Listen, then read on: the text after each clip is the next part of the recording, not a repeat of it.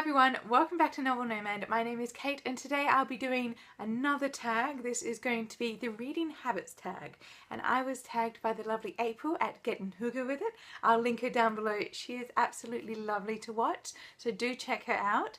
But this tag is quite fun. So it's not about books, it's about how I read books and the different things that I do whilst reading. So it's a little bit of a different tag and it's quite fun. So question 1 is, do you have a certain place at home for reading?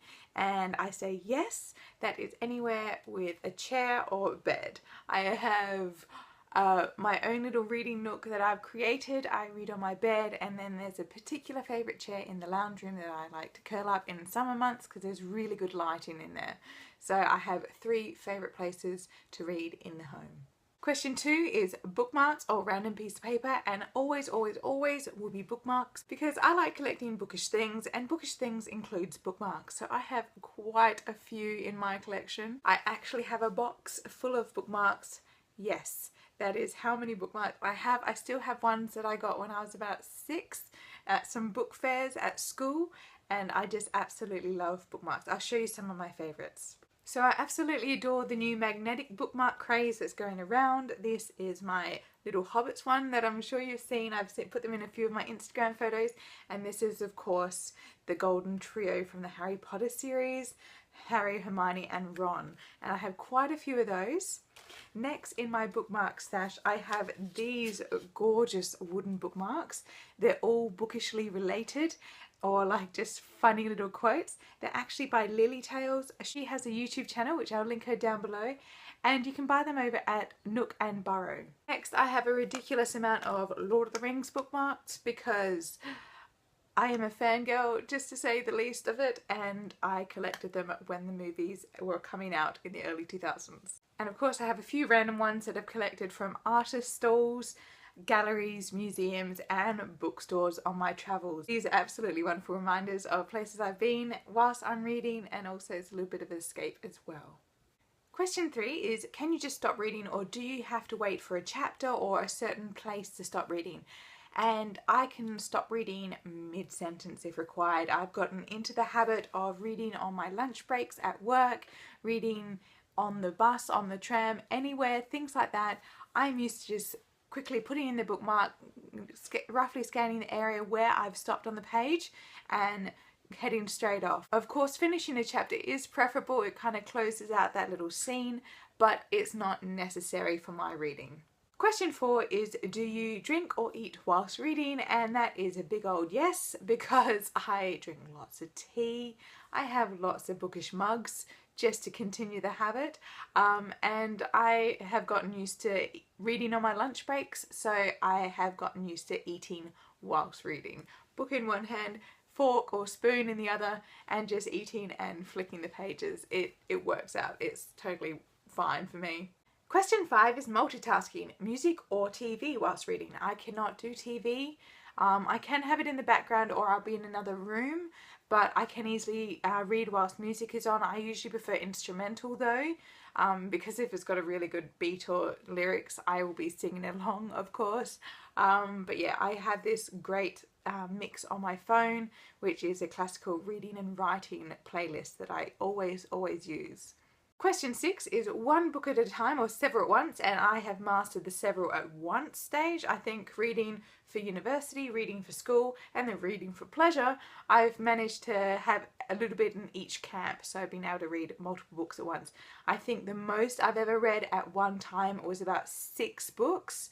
That was intense. I didn't have any problems with the plot because they're all very different books, so it was very easy to compartmentalize the plots into different sections of my memory. Question 7 is reading at home or anywhere. I love reading at home just because it allows me to give more focus to the books, but I can read anywhere, absolutely anywhere. It's fine. I've known to read in intermissions, at concerts, at plays, things like that. If I'm by myself, of course, if I'm with someone, I wouldn't just pick up a book. I've read at the uni hub section where I've just been waiting for a class. I've whipped out a book and started to read. Of course, everyone else is reading something or doing some kind of study or work or things like that in the hub, so I can read anywhere. Question 8 is reading out loud or silently reading in your head. Now this is a bit of a two-part answer for me because I prefer to read in my head. It's a bit more imaginative and the story feels more internalized and personal to me. But I do find I need to read out certain books or certain passages perhaps just to kind of really, if I'm struggling getting through or trying to get the imagery in certain books. I usually do it with poetry quite a lot, especially with plays, because the dialogue is written to be read out loud. So sometimes I actually act a little bit, trying to get into the emotion of the actual scene.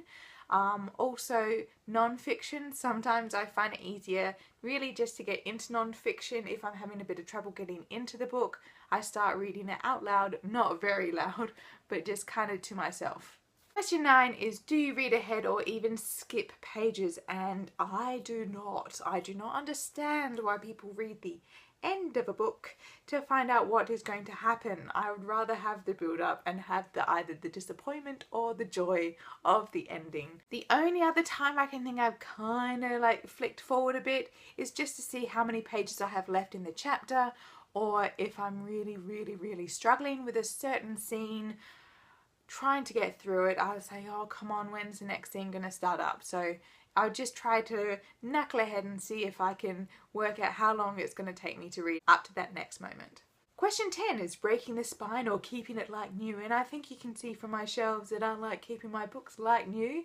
I've very rarely broken the spines. I don't mind a little bit of wear and tear to my books because it means they are loved in a way, but I love to keep them for future reading, and if I damage them, I've damaged one of my absolute favourite books in the series and I was heartbroken because I want to be able to keep it and reread it as many times as I can, and if the book is damaged or if it's falling apart, it really won't withstand all the rereading. Question 11, do you write in your books? I write my name in the book.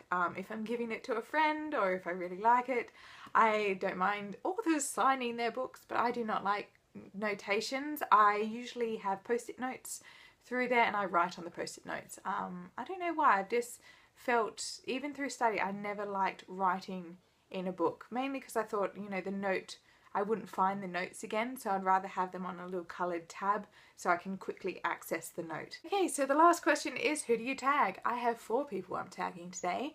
Number 1 is going to be Kate from Lily Tales. I mentioned her earlier. She's the one who creates all those beautiful wooden bookmarks. 2 is Melanie from Mel's Bookland Adventures.